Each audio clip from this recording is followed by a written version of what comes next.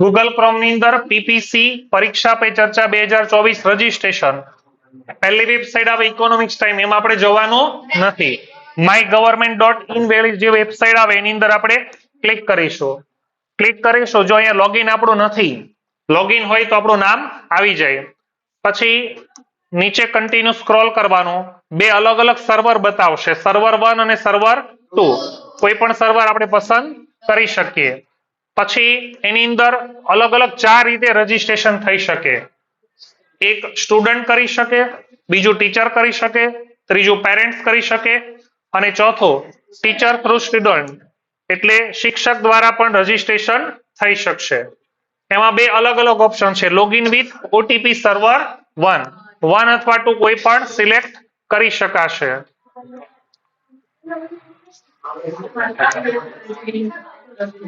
એમાં સ્ટુડન્ટ નેમમાં તમારે તમારું નામ લખવાનું છે અને પછી નીચે મોબાઈલ નંબરમાં તમારો મોબાઈલ નંબર રાખવાનો છે. સાહેબ બીજો નંબર આપજો ને. 910 630 111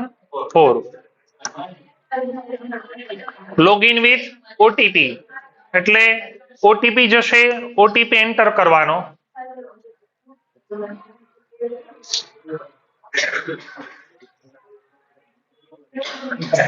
ઓટીપી કેટલો?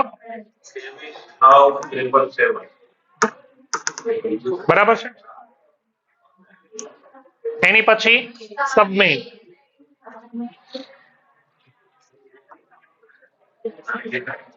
સબમિટ નો ઓપ્શન ક્લિક કરશો એટલે તમારો રજીસ્ટ્રેશન સક્સેસફુલી થઈ ગયેલું છે. તો જે નામથી રજીસ્ટ્રેશન કરેલું છે ત્યાં અહીંયા તમારું શું બતાવી દેશે? નામ. પછી અલગ અલગ ઓપ્શન આવશે, એમાં પાર્ટિસિપેટ નાઉ સ્ટુડન્ટના બે અલગ અલગ રજીસ્ટ્રેશન બતાવે છે.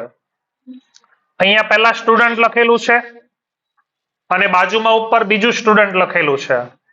શિક્ષક દ્વારા રજીસ્ટ્રેશન કરવાનું હોય તો પાર્ટિસિપેટ થ્રુ ટીચર લોગિન, તમારે જાતે લોગિન કરવાનું છે એટલે સ્ટુડન્ટ. સેલ્ફ પાર્ટિસિપેશન પર ક્લિક કરશો એટલે પહેલા સ્ટુડન્ટ નેમ નામ, પછી અટક, ઈમેલ આઈડી, જે મોબાઈલ નંબર તમે દાખલ કરેલો તો એ મોબાઈલ નંબર, જેન્ડર મેલ કે ફિમેલ, ડેટ ઓફ બર્થ ની અંદર પહેલા વર્ષ સિલેક્ટ કરવાનું, પછી મહિનો સિલેક્ટ કરવાનો અને પછી ડેટ સિલેક્ટ કરવાની. સિલેક્શન કરશો એટલે આગળ આવશે ક્લાસ, કયા ધોરણની અંદર અભ્યાસ કરો છો, જે ધોરણ હોય એ ધોરણ લખવાનું. સરનામું તમારું એકદમ કમ્પ્લીટ હોવું જોઈએ. એનું કારણ છે સરનામું અધૂરું હશે તો તમારા ઘરે પીએમ મોદીની સાઇન કરેલું સર્ટિફિકેટ તમારા ઘરે પહોંચી શકશે નહીં.